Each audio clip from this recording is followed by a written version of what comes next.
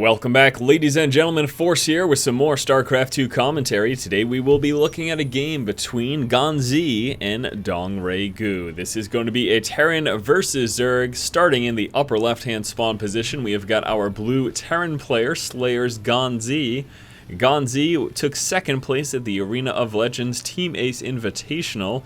This was in November of last year, and in October of last year, he was a semi-finalist in the 2011 Sony Ericsson GSL October Code S. His opponent, the red Zerg player in the upper right-hand spawn location, is MVP DRG.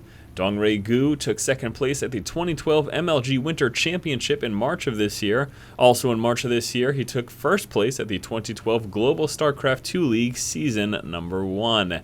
And there you have it, my friends. Terran versus Zerg, GanZi versus DRG here on the map Shakur's Plateau. We actually just recently did a TVZ on Shakur's Plateau between two excellent players, and let me tell you, these are equally as excellent of players. Is that proper? I don't know if that's proper or not. Proper way to say it. Doesn't matter.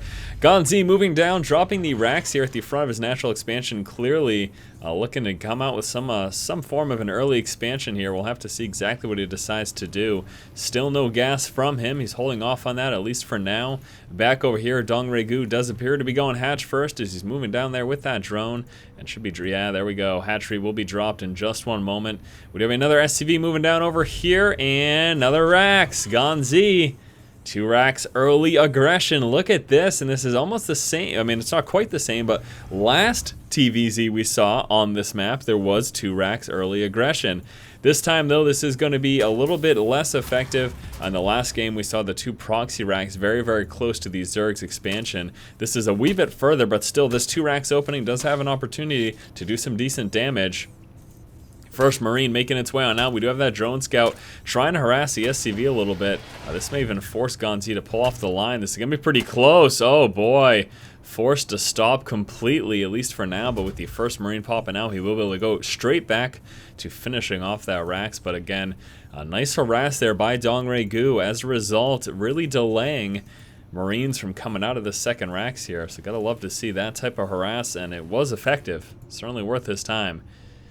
First Marine heading its way across the map right now, and we do have DRG actually just chilling out here with a scout. Wants to see when and if SCVs or Marines pull on up and try to do some damage. Actually gonna be moving down with some drones to meet him. Gets us around on the first Marine. DRG being super aggressive with some workers early on. He kills it. Oh man, kills a Marine with a couple of drones early on. Gotta love it, absolutely. GanZi, just that 1 Marine, and that was it. No more aggression coming out from him. He realizes that was severely hampered by the fact that his second racks was delayed. Also, obviously, DRG, in scouting it that early, knew it was coming, and as we saw, was quite easily able to prepare to defend against that. 4 Lings moving out right now for scouting purposes. Will be likely pushing to the front here, just spotting what GanZi has. Wants to see if any sort of transition is there, how many Marines are in play, if there's a bunker up. And speaking of, oh, never mind, not going to be a bunker, actually just completely finishing off that wall off with another barracks.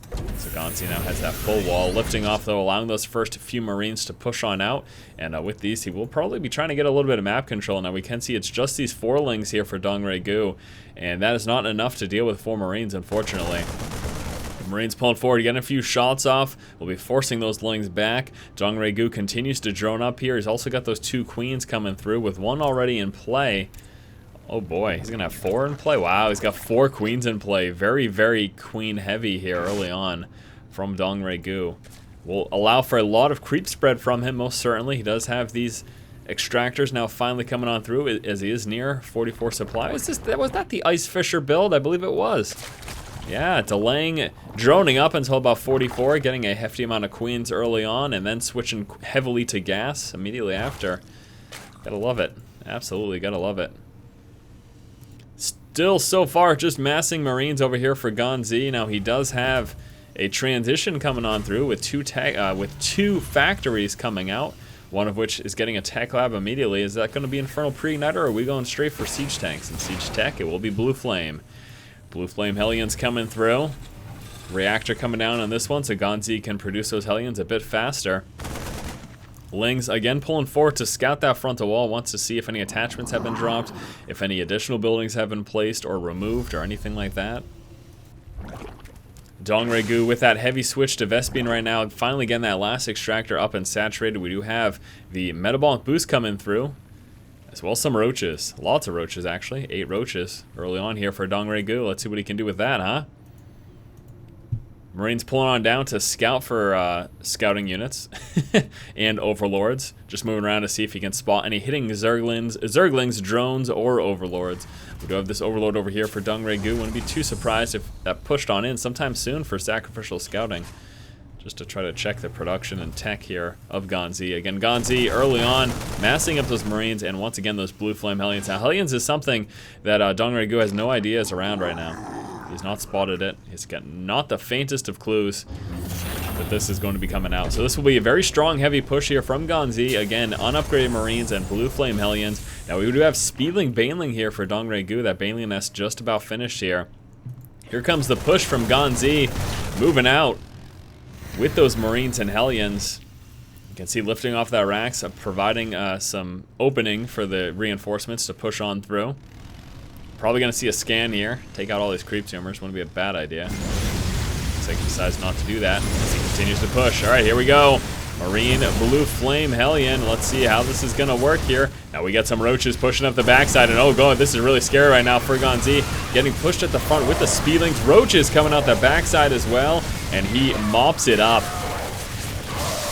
Demolishes that push. Very ineffective push there from GanZi. Before I solidify that statement, though, let's take a look at the resources lost. Yeah, GanZi is behind right now. Didn't kill off much, really. Got some blue flame Hellions moving through, but those are roaches, so yeah, you're not going to do too well again. So here come the Banelings. Getting ready for a Baneling bust. Baneling bust followed up by roaches. This could be incredibly effective here for Dongregu. GanZi scouting around the map with those Hellions, trying to cut off reinforcement Speedlings if he can. Needs to be careful of those roaches. Now, he did also scout those Banelings. He definitely got close enough to scout that those were coming, so now he's fully aware of what is in the works right now. Hellions at the tower. Again, cutting off reinforcements. That's their big plan here. Here it comes. Roach and Baneling moving forward. Banelings busting the bunkers, continuing to push. We get some tanks into play as well.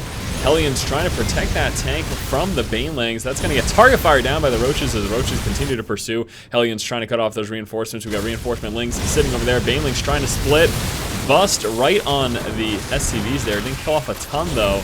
Only got 3 worker kills so far, but these Roaches are going to be wreaking havoc. SCVs coming down to try to assist. Speedlings moving up. Going to do some damage to the SCV count on that expansion as well. Roaches finally getting taken care of. I want to take a look at those resources lost, though, once this is all said and done. A few more roaches dancing around. Let's see how effective that was, shall we? They're about even. Worker kills. Dongregu kill off 29 workers. That is a big advantage for him. Given the fact that they are even in resources lost, the fact that he killed off so many workers is certainly going to work in his advantage right now, though. He has got to defend against this counterattack, because we have got Marines and tanks and a bunch of Blue Flame Hellions moving out. More spines getting dropped with just the one. This is actually pretty scary here. Hellions moving on forward, dropping the 1 queen. Spine plus a 2nd queen, trying to poke down these ones. We got these spines getting near complete here. Do we have siege tech? Yes, we do. Siege tech here for GanZi. He could try to set up shop. Oh, canceling the spines. Wow. As GanZi does decide to retreat here, canceling the spines to save those resources. We do have an expansion coming over here for Dongregu. A quick look at both players' vision here. Want to make sure nothing fancy's going on. Hellion tank coming out here for GanZi. He has cut back on the bioproduction for now. Trying to rebuild his SCV count. Again, he took some pretty hefty losses. We got 22 SCVs as opposed to 44 drones. Siege tech is really going to help GanZi a lot if he decides to counter push right now. The creep threat is amazing here from Dongregu, though. He has got vision up until about halfway across the map, so he can fully see what's coming, how much of it, and everything like that. Deciding to redrop the spines here. We got 12 roaches just about to pop. But here we go, GanZi now setting up shop outside of the natural expansion. Here comes that counter aggression. Oh, these siege tanks are going to hurt. Dongregu doesn't really have any roaches coming from the backside to try to flank those tanks, and that could be a problem here because walking into the siege fire is going to be pretty painful for those roaches. Whittles down the hatchery. It looks like he will be able to drop this here. Dong Ragu now finally deciding to push on forward, moving down with those drones. Roaches coming forward as well. We got one roach from the lower end, and these roaches taking hefty splash damage. Beautiful position here by GanZi's tanks. The splash damage laying waste to so many of the roaches. We got 7 more about to pop. Baneling taking out a few Marines, but there's just so much tank damage. 8 kills, 14 kills, 4 kills. Tank's still alive. Down to just the one roach. We got a couple roaches from the backside, but GanZi's counter aggression takes out the hatch. Man, Dong Ragu seemed to be pretty effective with this push. Killed off a ton of workers, but the counter push from GanZi was way too much for him to handle. Really unfortunate. The big problem here for Dong Ragu was that he did not have a lot of forces coming from the backside. If he had maybe had a few roaches hidden back here when that push was coming, he could have hit those tanks from this angle. It would have been much easier for him to get them. As you noticed here, roaches trying to push in this direction towards the tanks with this choke here, and with all of the rest of GanZi's forces sitting right here, he had a very difficult time reaching them. If he could have target fired those down, this could have been a much different situation. Thank you guys so much for watching. This was a short but rather eventful game here between GanZi and Dong Ragu. Hopefully, as always, you guys did enjoy it. Please stay tuned in the future for more SC2 commentary and great gaming coverage here on the channel. Be sure to subscribe if you have not already. Thanks for watching, guys. As always, if you like the content, please subscribe. Keep watching, keep owning.